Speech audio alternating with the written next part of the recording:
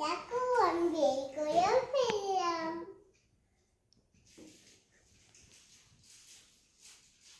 অনেকগুলো ডগি আছে, পুতুল আছে, সাইকেল আছে, তারপরে এখানে ফিট রাখা। আগে আমি সাইকেলটা খুলে নিই। এই দেখো, এটা দুটো বের করে নিয়েছি। খুলতে এখন এই দেখো ডগটাকে আবার খুলেও ফেলছি।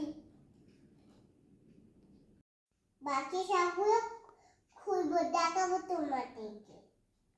বন্ধুরা দেখো, এটা বের করছি, তারপরে এটা, তারপরে এটা, তারপরে এটা, তারপরে এটা,